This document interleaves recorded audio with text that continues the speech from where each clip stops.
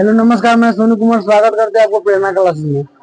हम लोग संस्कृत ग्रामर पढ़ेंगे आज, जिसमें संधि चल रहा था। संस्कृत ग्रामर में लेक्चर 4 है, संधि का ही चौथी क्लास है। ठीक है, हम लोग स्वर संधि के भेद पढ़े थे, जिसमें 7वां नंबर की संधि थी पूर्व रूप संधि। ठीक है, तो इसमें बताए थे अ या ओ का मेल अगर अ से होता है तो क्या बन जाएगा, ए बन जाएगा, और ओ का मेल अगर अ से होता है तो ओ बन जाएगा।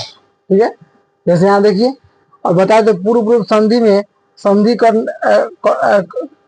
करने के पश्चात बाद में स्वर के स्थान पर अवग्रह इस तरह का ए से हो जाता है।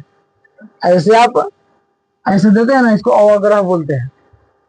इसका मतलब होता है कि किसी भी चीज को दीर्घकालीन उच्चारण करना हो तो वह अवग्रह का प्रयोग किया जाता है। जैसे आपको कहते हैं राम, कहते ओम, तो ऐसा चिन्ह का प्रयोग किया तो इसको अवग्रह बोलते हैं। जैसे यहाँ देखिए, हरे जमा अत्र। अब बताइए, यहाँ एकले मतलब ए है, और ए का मेल अ से हो रहा है, तो नियम क्या है, ए का मेल अगर अ से होता है तो क्या हो जाना है, आय हो जाता है। अब यहाँ देखिए, अब हरे है तो हरे तो आप लिख दिए यहाँ पे, हरे सीधे सीधे। अब इस अ के जगह पर क्या लिखना है, ये अवग्रह यहाँ पे ऐसे लगा देना है, ऐसे लगा देना है। समझ में आ गया? उसी तरह को जमा अपी, अब को में ओ लगा हुआ है, और फिर अ है, तो ओ के साथ अगर अ जुटेगा तो क्या हो जाएगा। अब को तो रहना है, जो को तो को का रखना है। अब इसके बदले हम क्या लिख देंगे, अवग्रह का चिन्ह ऐसे आप लगा देंगे। ठीक है, ऐसे अवग्रह का चिन्ह आपको लगा देंगे आप। ठीक है, समझे? अब इस तरह स्वर संधि के भेद खत्म हुआ। अब हम लोग आते हैं व्यंजन संधि। तो व्यंजन संधि में क्या करना है, तो ध्यान देना, ऐसे दो वर्ण जिनमें संधि हो रही होती है, उसमें से यदि पहला वर्ण क्या हो, व्यंजन हो, और दूसरा वर्ण स्वर या व्यंजन कोई हो सकता है, लेकिन पहला वर्ण क्या होना चाहिए, व्यंजन होना चाहिए, और उसके बाद में स्वर या व्यंजन कोई भी हो सकता है। तो इस प्रकार अगर संधि हो रही है तो उसको क्या कहेंगे, व्यंजन संधि कहते हैं। जैसे यहाँ देखिए, जगत जमा नाथ, जगत जमा नाथ। अब यहाँ तो है, तो का मतलब व्यंजन संधि। व्यंजन संधि किसे कहते हैं, कहो गो पूरा ले लीजिए, चसे तसे तफो ह तक। ठीक है, और उसके बाद में इसको क्या कहते हैं, व्यंजन कहते हैं। तो तो का मेल न से हो रहा है, मतलब व्यंजन का मेल व्यंजन से हो रहा है, तो क्या हो जाएगा। अब देखिए, तो का मेल अगर न से हो रहा है तो जो तो के बदले इसी का जो है, इसी का तीसरा हो जाएगा। ऐसा नियम पढ़ना है आगे। जैसे यहाँ न है, देखे हैं न है, तो का मेल, तो का तीसरा क्या होता है, तो थ द, तो थ द, इसी का जो है इसी में बदल जाएगा। मतलब तो का मेल अगर न से हो रहा है तो इसी में इसको चेंज कर जाता है, आधा तो है तो आधा न हो जाएगा, जगह जगन्नाथ हो जाएगा। जगत जमनाथ बराबर जगन्नाथ। देखो, हलंत का मतलब आधा तो होता है, तो आधा तो है तो आधा न, इसी में बदल जाना है इसको। ठीक है, इसमें सत जमा धर्म, अगर तो है, और तो का मेल किससे हो रहा है, ध से हो रहा है। किस हो रहा है, सत जमा धर्म।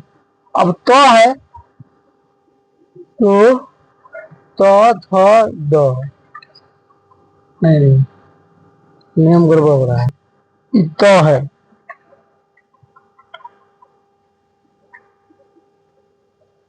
यहाँ पे क्या है, तो है।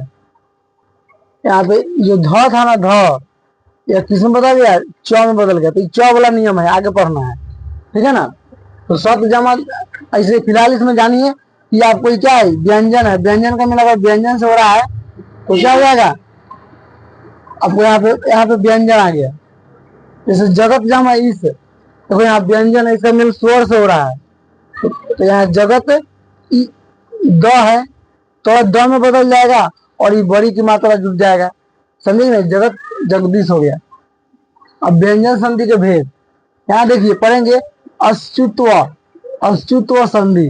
चाहे इसके बदले आप आधा स्वर लिख सकते हैं। अस्तुत्व संधि इस तरह भी लिख लीजिए, चाहे आप ऐसे भी लिखा जाता है।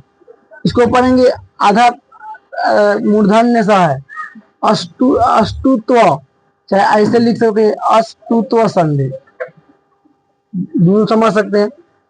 जसत्व संधि, चरत्व संधि, च पहले र ऊपर वाला पढ़ेंगे तब त चरत्व संधि, ठीक है। अनुस्वार संधि, अनुनासिक संधि, यानी 6 भेद होते हैं।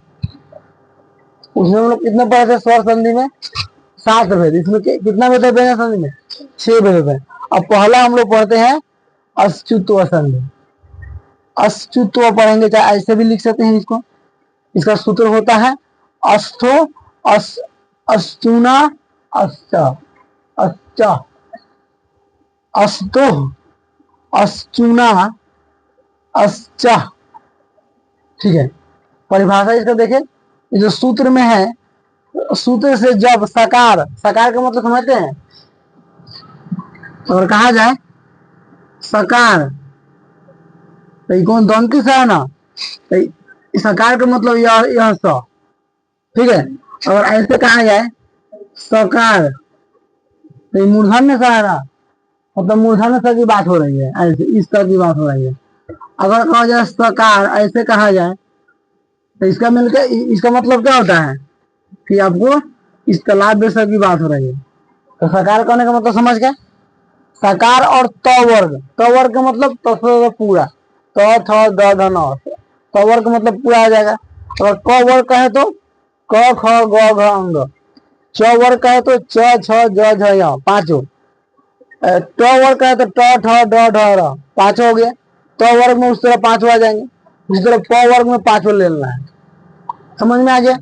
मतलब सकार कहे तो ईसा, ईसा का मतलब यह हुआ, ईसा का मतलब यह हुआ, आया समझ में? अब देखिए समझना, इसमें समझने वाली बात है। अब देखिए क्या कह रहा है, जब सकार और त वर्ग, तो लिखा हुआ है जी, क्या लिखा हुआ है?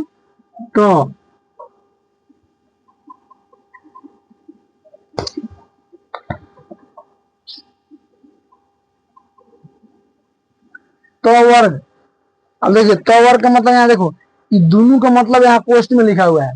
सकार कहाँ है? पहले के लिखा है,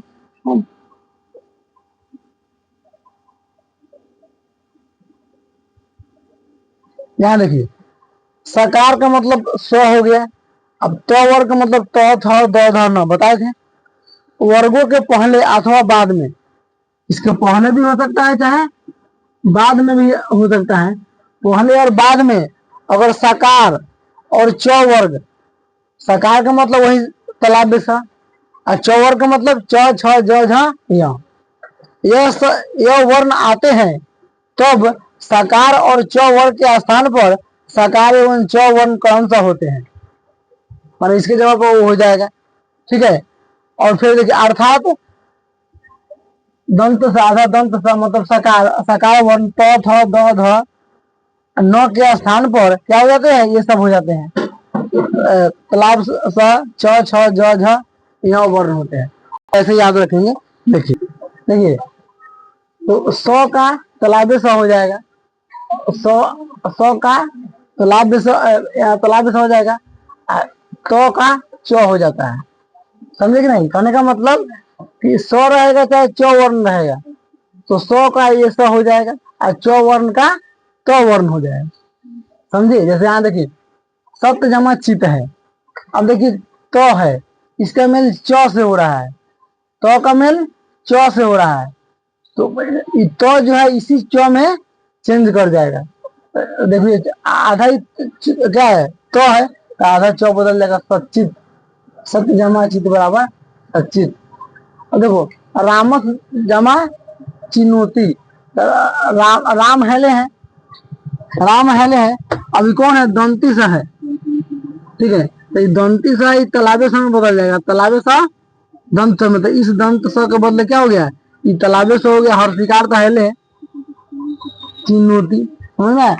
रामस चिन्होती, ठीक है। अब दूसरा नंबर का है व्यंजन संधि का दूसरा भेद है, आपको यहाँ देखिए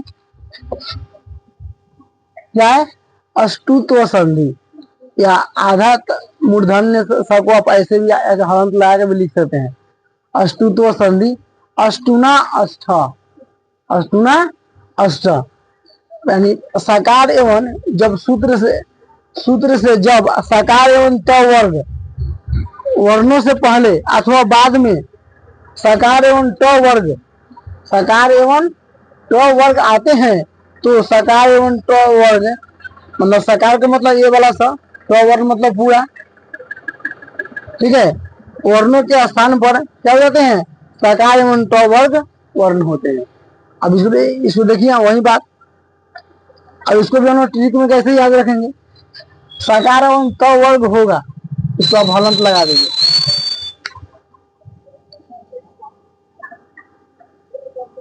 अरे भाई तो वर्ग जो होगा ये सकार एवं ट वर्ग में बदल जाएगा, मतलब स जो है दंत स जो है तलाब स में चेंज कर जाएगा, अब ट वर्ग जो होगा ट वर्ग में चेंज कर जाएगा। समझे भाई, इतना चीज को हम लोग इतना में बस एक लाइन से भी कम में याद रखेंगे। कैसे, स जो होगा दंत स जो है मूर्धन्य स में चेंज कर जाएगा, तो वर्ग जो है तो वर्ग का मतलब तो स द द न, वो ट ठ ड न में बदल जाएगा। जैसे यहाँ देखिए तत् जमा टीका, अब देखिए तो है, तो का मिल तो से हो रहा है, तो ये जो तो है ये भी तो में ही चेंज कर जाएगा। जैसे इसके बदले आधा तो है तो आधा तो इसके ऊपर एक के ऊपर एक हो गया, तो टीका ऐसे लिख सकते हैं, चाहे इस तो के बदले ऐसे तो लिख सकते हैं। जैसे मान लीजिए दूसरा उदाहरण लेते हैं, जैसे तथ है, तथ जमा टीका अगर ले लिया जाए, शब्द ले लिया जाए, तो है कौन नंबर का है, थ 2 नंबर का है, तो थ 2 नंबर है ना, तो इस थ के बदले फिर टोठो में 2 नंबर हो जाएगा, मतलब तो ठ हो जाएगा। तब ठीका ऐसे हो सकता है, मतलब मान लो ये शब्द ले लिया रामस, रामस जमा ष्ठ। अब देखिए यहाँ पे कौन सा है, रामस है, दंत सा है, तो दंत सा को किसमें बदलना है, तो लाभ मूर्धन्य से बदलना है। तो देखो यहाँ इस दंत सा यहाँ है म के बाद में, तो आधा स था तो आधा मूर्धन्य से हो गया। ऐसे भी लिख लो, चाहे आप हलंत ला के भी लिख सकते हो, रामस रामस था, रामस रामस फर्स्ट फर्स्ट, समझे कि नहीं। तो इस तरह आपका अष्टुत्व संधि खत्म हुआ। अब अगला जो है आगे हम लोग करेंगे।